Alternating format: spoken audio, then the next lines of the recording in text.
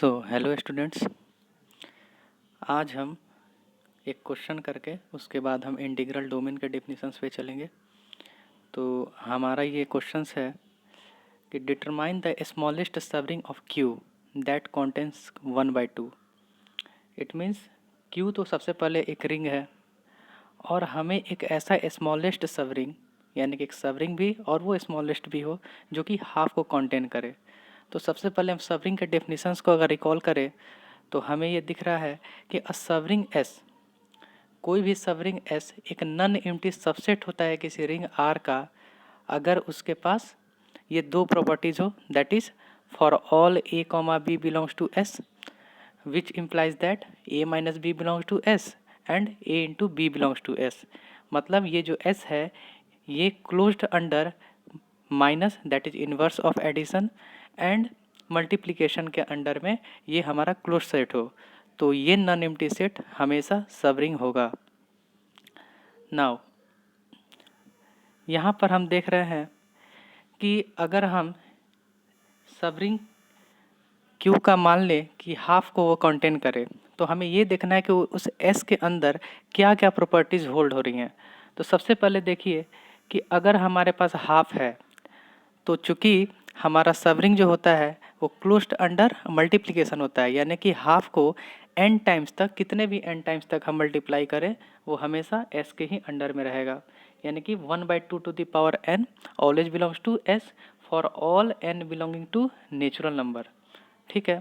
दूसरे वाला जो प्रॉपर्टी है उसमें हम ये देखते हैं कि अगर हम ए इक्वल टू जीरो करें, ऑब्वियस ही बात है कि एस एक सबरिंग है तो हम ये जानते हैं कि सबरिंग में जीरो एलिमेंट तो ज़रूर होता है।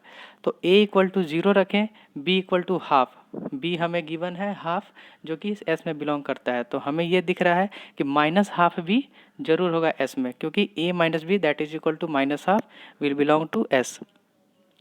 अगर इन्हीं माइनस हाफ को भी हम m टाइम्स, कोई भी m जो पॉजिटिव इंटीजर है, अगर m टाइम्स ऐड भी करें तो minus m by two the power यहाँ पे minus m by two belong करेगा s पे। सिमिलरली हम ये भी लिख सकते हैं चूँकि हाफ जो है वो s में है तो हाफ को m टाइम्स आप ऐड कीजिएगा तो m by two always belongs to s। और हम ये भी देख रहे हैं कि अगर 1/2 बिलोंग करता है s में तो 1/2 टू द पावर n भी बिलोंग करेगा s में, और इस 1/2 टू द पावर n को अगर हम m टाइम्स ऐड करें तो वो हमारा m/2 to the power n वो भी हमारा बिलोंग करेगा s में, और m अगर निगेटिव हो तो भी ये पॉसिबल है। ठीक, तो अब हम ये कंसिडर कर रहे हैं कि ये m/2 to the power n जहाँ पर m इंटीजर है और n एक नेचुरल नंबर है, ये एक सेट कंसिडर कर रहे हैं और ये जो सेट है वो S के अंदर कंटेंट है, यानी कि हमें इतना तो ज़रूर आइडिया लग रहा है कि S अगर कोई भी सबरिंग हो जो Q का है वो अगर हाफ को कंटेन करे तो उसको ये T सेट को ज़रूर कंटेन करना पड़ेगा। तो यहाँ से हम इतना ज़रूर समझ पा रहे हैं कि वो कैसा भी हो कम से कम T को कंटेन ज़रूर करेगा। अगर हम ये प्रूफ कर दे कि यही T हमारा एक सबरिंग है और जो हाफ को कंटेन कर रहा है तो हमारा सारा रिजल्ट प्रूव्ड हो जाएगा। तो सबसे पहले ये देखिए कि क्या टी हमारा नॉन एम्प्टी है। ऑब्वियस बात है नॉन एम्प्टी है, क्योंकि m/2 to the power n, कोई भी m और n की आप वैल्यू रखिए उसके लिए आपको टी नॉन एम्प्टी मिल जाएगा। तो सबसे पहले किसी भी चीज़ को, किसी भी सबसेट को या सेट को हमें अगर सबरिंग बनाना है तो क्या देखना होगा कि वो टी जो है वो नॉन एम्प्टी सबसेट होना चाहिए आर का। तो ऑब्वियस ही बात है कि हमारे पास जो भी टी है ये सारे के सारे m/2 to the power n जो दिख रहे हैं ये एक रेशनल नंबर ही है। तो रेशनल नंबर है तो इट मीन्स क्यू के अंदर कंटेंट है।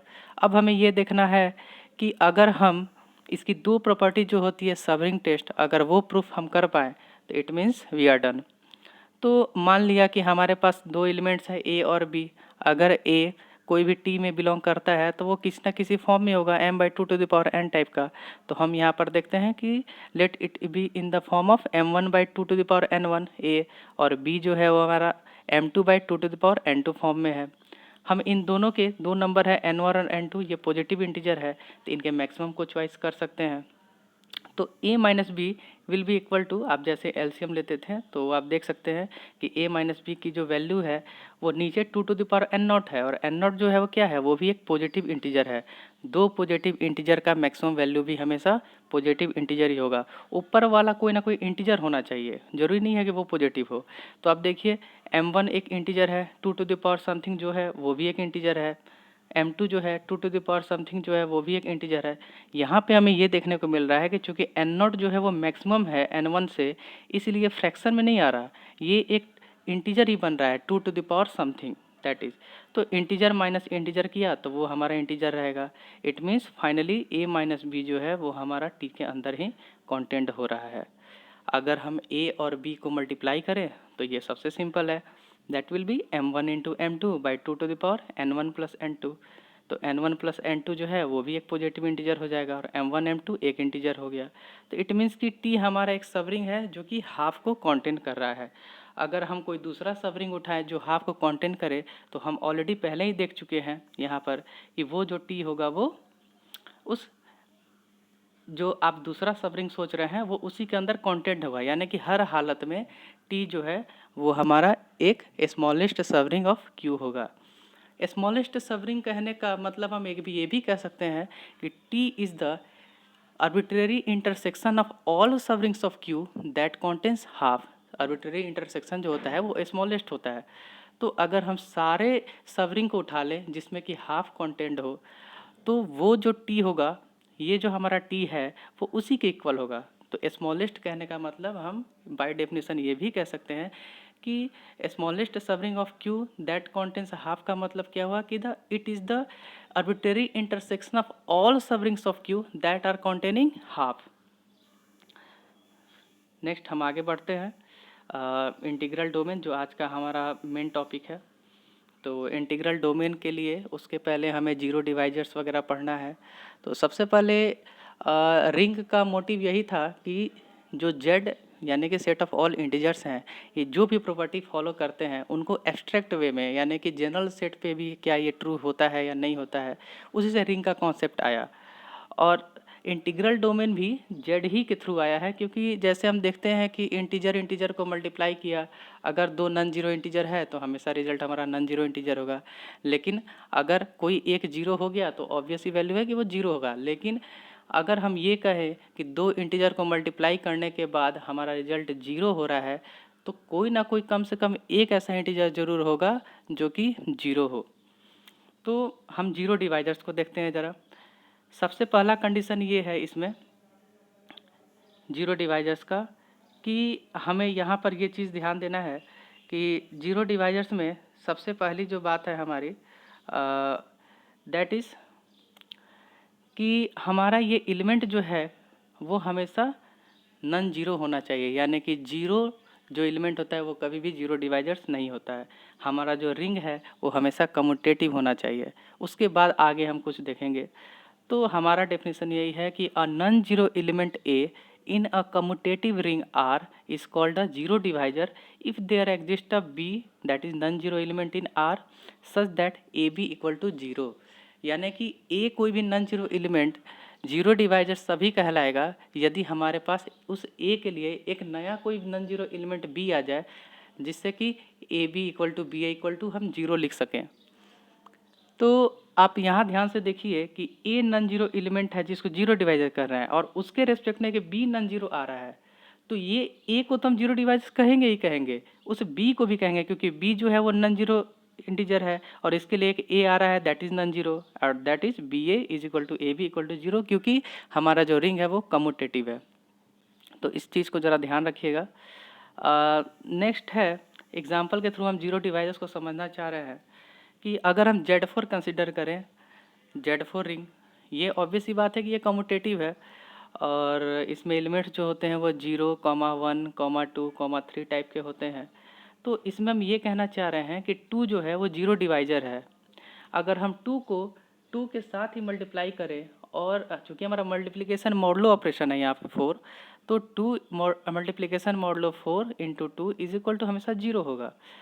अगर उसके अलावा, चूँकि जीरो तो हम ले नहीं सकते, इसके अलावा कोई और इंटीजर हम उठा रहे हैं 1, 3, तो 1 में आप कुछ भी मल्टीप्लाई कर लो इन सारे मेंबर्स में से 0 को छोड़ के वो हमेशा नॉन जीरो ही होगा। 3 को भी कुछ भी मल्टीप्लाई कर लो किसी से भी, वो भी वैल्यू हमेशा नॉन जीरो ही होगा। It means 1 and 3 are not zero divisors. हम यहाँ पे 0 को भी बोल सकते हैं कि 0 is also not zero divisor, ये डेफिनेशन में ही लिखा हुआ है। नेक्स्ट ये इम्पोर्टेंट एग्जांपल है कहीं ना कहीं रिंग में फेमस। जनरली सारे रिंग थ्योरी, रियल एनालिसिस, ये सब कुछ फेमस है कंटिन्यूटी पे ही। तो हम अगर ये रिंग, चूँकि आप रिंग को इस प्रूफ कीजिएगा खुद से भी, कि अगर set of all continuous real valued function हम इन सारे रियल वैल्यूड फंक्शंस का हम सेट अगर कंसिडर करें, और ये क्लोज्ड इंटरवल है हमारा 0,1, जिसमें ऑपरेशन है हमारा addition and point wise multiplication. इसका डेफिनेशन यही है कि f plus g of x, सारे जानते भी हैं इन चीज़ों को, that is equal to f x plus g x, और f g of x is equal to f x into g x, यानी कि पॉइंट वाइज कर रहे हैं मल्टीप्लाई। तो हम यहाँ पर दो फंक्शन बनाए हैं, F X is equal to 0, अगर हमारा 0 और हाफ के बीच में हमारा x की वैल्यू है तो वो एफ एक्स वाली वैल्यू जो है वो 0 हो जा रही है, और हाफ से 1 के बीच में है तो x माइनस हाफ हमारी वैल्यू हो रही है। तो सबसे पहले हमें ये देखना है कि क्या हमारा f कंटिन्यूस है। तो ऑब्वियस सी बात है कंटिन्यूस है, क्योंकि जहाँ पर चेक करना है वो है हमारा हाफ। तो लेफ्ट हैंड लिमिट और right hand limit and function value को आप देखिए, वो आप देखिएगा तो f हमारा हमेशा कंटिन्यूस होगा, यानी कि हाफ पे भी कंटिन्यूस है। सिमिलरली gx जो है वो भी हमारा कंटिन्यूस है, लेकिन चूँकि f जो है हमारा नॉन जीरो है, ऑब्वियस सी बात है कहीं ना कहीं तो नॉन जीरो हो ही रहा है किसी न किसी पॉइंट पे 0 1 के। तो एफ एक्स हमारा नॉन जीरो, जी एक्स हमारा नॉन जीरो, लेकिन अगर हम सारे x के लिए कंसिडर करें, चूँकि फंक्शन की बात है तो सारे x के लिए बात करेंगे, तो f into G of x करें पॉइंट वाइज से, तो देखिए कि x हमारा ये जो मल्टीप्लिकेटिव वैल्यू है ये हमेरा हमेशा 0 होगा। क्यों 0 होगा? क्योंकि x देखिए, अगर हम यहाँ पर x 0 और हाफ से ले रहे हैं तो f वाली वैल्यू जो है वो 0 हो जा रही है। अगर हम हाफ से 1 के बीच की वैल्यू ले रहे हैं तो g वाली जो वैल्यू है वो 0 हो जा रही है। मतलब फाइनली ये 0 ही फंक्शन हो रहा है। यहाँ पे 0 का मतलब 0 फंक्शन है। इट मीन्स ये f और g को हम 0 डिवाइजर्स कहते हैं। लेकिन इस C01 में आपको बस ये काम करना है कि आप ये देखिए कि 0 डिवाइजर्स किस तरह के होते हैं। क्या उन सारे 0 डिवाइजर्स में कुछ कॉमन है? ये आप खुद से ज़रा सोचिएगा, ये बहुत ही फेमस क्वेश्चन है। तो हम नेक्स्ट बढ़ते हैं इंटीग्रल डोमेन। अभी तक हमने 0 डिवाइजर्स की बात की, अब हम बात करते हैं इंटीग्रल डोमेन। इंटीग्रल डोमेन का जनरली दो डिफिनीशंस लोग चलाते हैं। जैसे इंडियन राइटर्स जो हैं वो generally commutative ring with unity को नहीं कंसिडर करते, वो डायरेक्ट कम्यूटेटिव रिंग बोल देते हैं। But actually we are following standard book, so हम यहाँ पर कम्यूटेटिव रिंग विथ यूनिटी को कंसिडर करेंगे। तो हमारा इंटीग्रल डोमेन जो है वो उसका डिफिनेशन यही है कि कोई भी कम्यूटेटिव रिंग विथ यूनिटी, जो कि 1 से हम डिफाइन करते हैं यूनिटी को, अगर उसके पास कोई भी 0 डिवाइजर्स नहीं हो तो वो कम्यूटेटिव रिंग हमारा क्या कहलाएगा? Integral domain. तो सबसे पहले अब चूँकि नो 0 डिवाइजर्स को थोड़ा समझना अदर वे में अगर हम समझे, यदि हम इंटीग्रल डोमेन के दो मेंबर को उठाते हैं और उनका प्रोडक्ट अगर 0 करते हैं तो हमारा सबसे मेन क्या है कि या तो a इक्वल टू 0 होना चाहिए या फिर b इक्वल टू 0 होना चाहिए।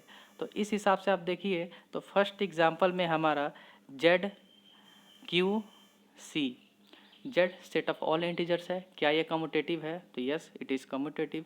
क्या इसमें यूनिटी है? तो यस द यूनिटी इज़ 1।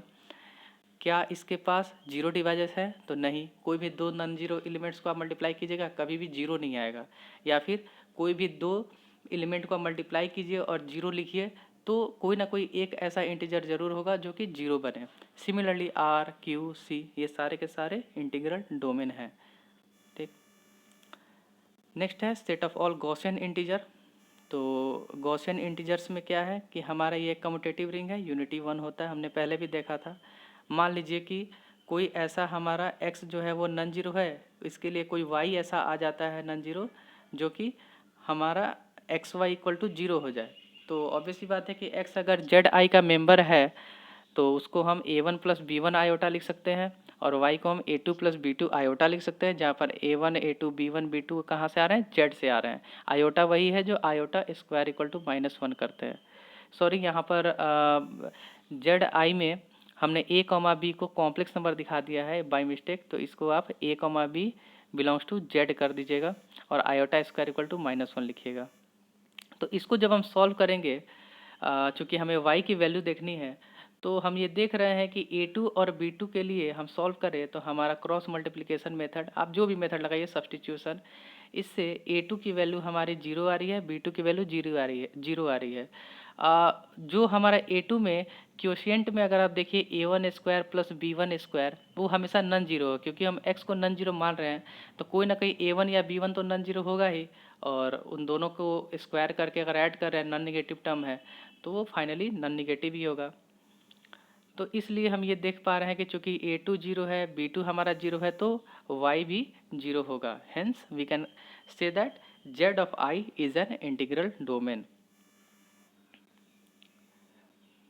अब चूंकि z हमारा इंटीग्रल डोमेन है, क्या हम z क्रॉस z, ये भी अपने आप में एक रिंग होता है। एक चीज़ आप ध्यान रखिएगा कि कभी r, r1, r2, r3, rn अगर हम बात करें, तो ये सारे के सारे अगर एक रिंग हैं, तो r1 direct product, r2 direct product और rn तक हम करें, तो ये भी अपने आप में एक रिंग होगा, जहाँ पे कंपोनेंट वाइज एडिशन और कंपोनेंट वाइज मल्टीप्लिकेशन की बात होती है। तो सिमिलरली z क्रॉस z भी एक रिंग होता है।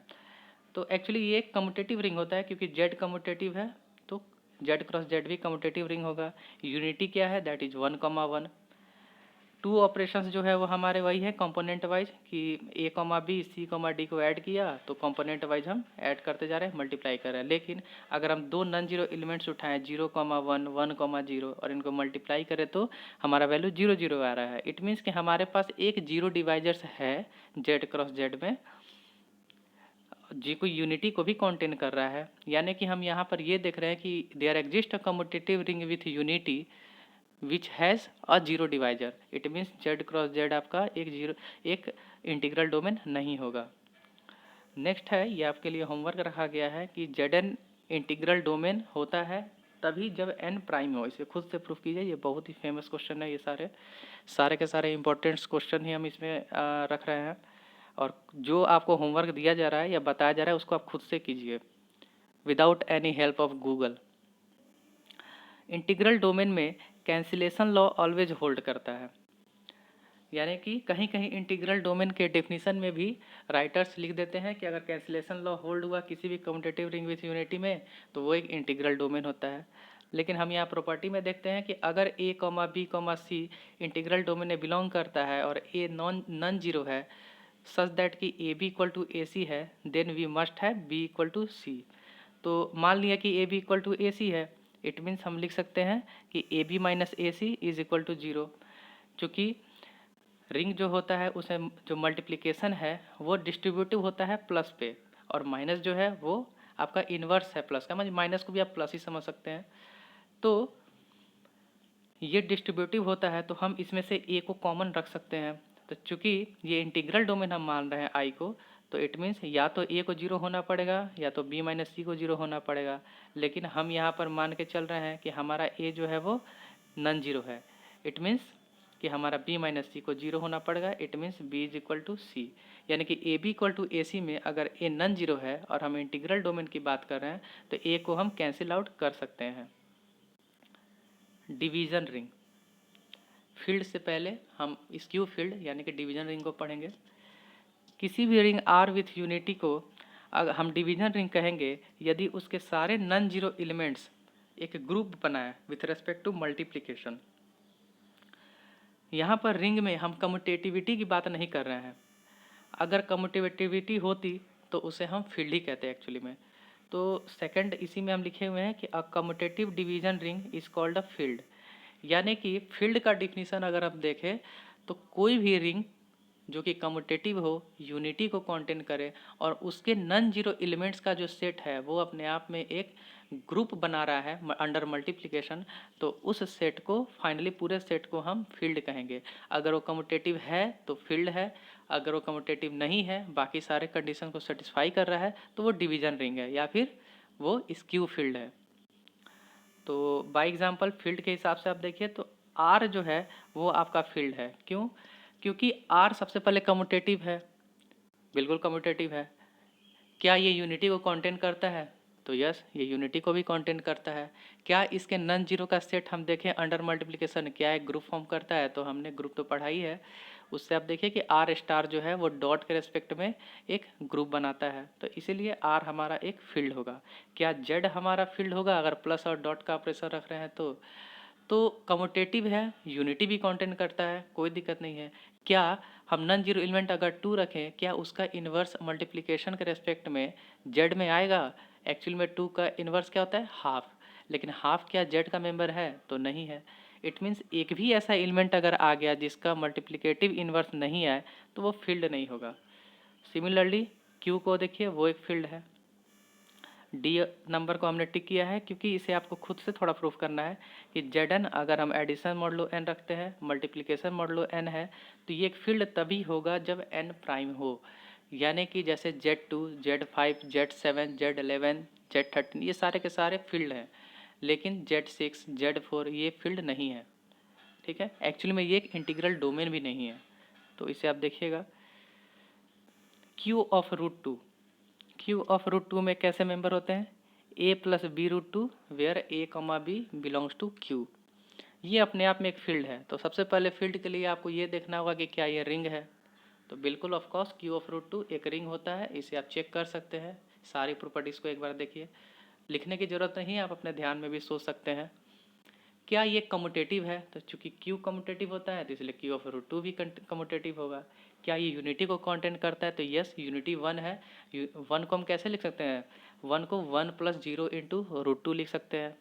तो ये यूनिटी को भी कंटेन करता है।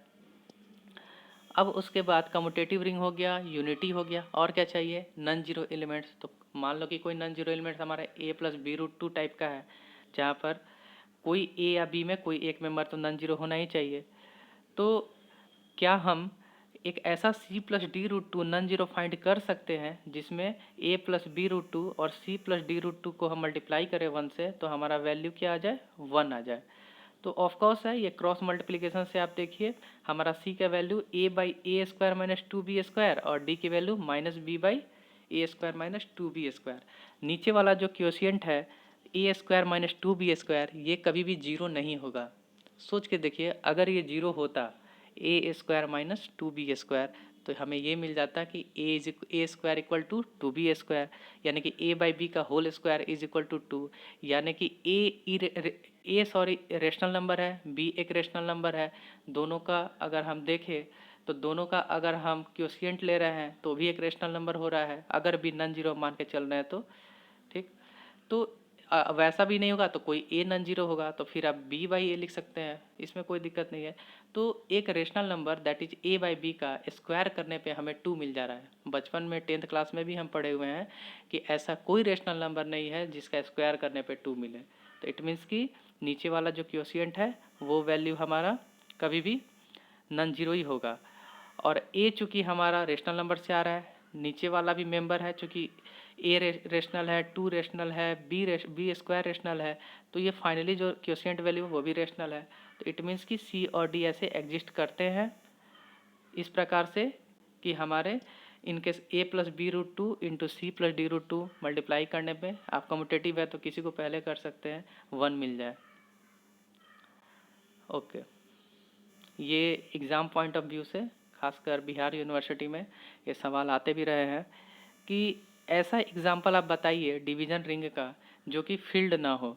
तो डिवीज़न रिंग अपने आप में एक रिंग तो होता है, यूनिटी को भी कंटेंट करता है, डॉट के रेस्पेक्ट में एक ग्रुप भी बनाता है। बस कमी किस चीज़ की रह रही है फील्ड के अपेक्षा में? वो है कम्यूटेटिविटी। और जहाँ भी जनरली हमें कोई भी क्वेश्चन मिले अगर कम्यूटेटिविटी की बात हो तो हमें मैट्रिसेस का ही ध्यान रखना चाहिए, क्योंकि मैट्रिसेस सबसे बेस्ट एग्जांपल्स हैं नॉन कम्यूटेटिविटी के लिए। तो हमने एक सेट कंसिडर किया M इस प्रकार से कि हमारा M जो है और एक यहाँ पर M के मेंबर्स किस टाइप के होंगे? हम कॉम्प्लेक्स नंबर से उठा रहे हैं, that is A B minus B conjugate A conjugate, और A और B कहाँ से आ रहे हैं? कॉम्प्लेक्स नंबर से। तो पहले आप ये खुद से प्रूफ कीजिए कि क्या ये एक रिंग है। Yes it is a ring. Unity है, आइडेंटिटी मैट्रिक्स सबसे बढ़िया है, और ये आइडेंटिटी मैट्रिक्स इसमें बिलोंग कर रहा है। ए की वैल्यू 1 रखिए और बी की वैल्यू 0 रखिए, तो ये अपने आप में एक रिंग बनाता है जिसमें यूनिटी है। हमें क्या बस देखना है कि क्या नॉन जीरो एलिमेंट्स का इस कोई भी मैट्रिक्स है, हम आर्बिट्रेरी कोई भी नॉन जीरो मैट्रिक्स उठाते हैं तो क्या उसका इन्वर्स एग्जिस्ट करता है। तो आप देख सकते हैं कि यस, अगर कोई नॉन जीरो एलिमेंट ए उठा रहे हैं तो उसका इन्वर्स एग्जिस्ट करेगा, क्योंकि इस ए में X plus iota Y, U plus iota V type के मेंबर हम बोल रहे हैं और ये नॉन जीरो है, तो कम से कम एक्स वाई यू और वी में एक ऐसा मेंबर जरूर होगा जो कि नॉन जीरो हो। इट मीन्स कि हमारा X square plus Y square plus U square plus V square ये नॉन जीरो ही होगा। एक्चुअली में ये नॉन नेगेटिव ही होगा, सॉरी पॉजिटिव ही होगा। तो हमारा ए इनवर्स की वैल्यू खुद से ज़रा आप चेक कीजिएगा, ये वैल्यू आएगी और ये हमेशा एम में बिलोंग करेगा। चूँकि रेसिप्रोकल भी ले रहे हैं तो चूँकि कॉम्प्लेक्स नंबर के हमारे कंपोनेंट्स चाहिए, एलिमेंट्स चाहिए, तो उसके लिए कोई दिक्कत नहीं है। लेकिन नॉन कम्यूटेटिविटी को अगर हम देखें तो बी और सी कोई मैट्रिक्स ले लीजिए, आप कोई भी जनरल मैट्रिक्स उठा के देख लीजिए, उनको मल्टीप्लाई करके देखिएगा लेफ्ट राइट से, तो वो इक्वल्स नहीं होंगे। तो इसका मतलब कि हमारे पास एक एग्जाम्पल है कि there exist a division ring और skew field which is not a field. लेकिन एक फील्ड अपने आप में एक डिवीजन रिंग होता है, तो कन्वर्स इज ट्रू। नेक्स्ट है कि हमारा फील्ड जो है, कोई भी फील्ड हो, क्या इसका इंटीग्रल डोमेन के साथ क्या संबंध है। तो कोई भी फील्ड एफ जो है वो इंटीग्रल डोमेन होता है, लेकिन ये जरूरी नहीं कि हर इंटीग्रल डोमेन फील्ड हो। तो यहाँ पे चूँकि ये वाला नेसेसरी पार्ट देखना है कि every field is an integral domain. बहुत ही सिंपल इसका प्रूफ है कि एफ चूँकि एक फील्ड है तो ये कम्यूटेटिव रिंग विथ यूनिटी तो होगा ही, और इंटीग्रल डोमेन के लिए क्या चाहिए, कम्यूटेटिव रिंग विथ यूनिटी और नो जीरो डिवाइजर्स। तो मान लीजिए कि इसके पास एक जीरो डिवाइजर है, दैट इज ए और एंड बी।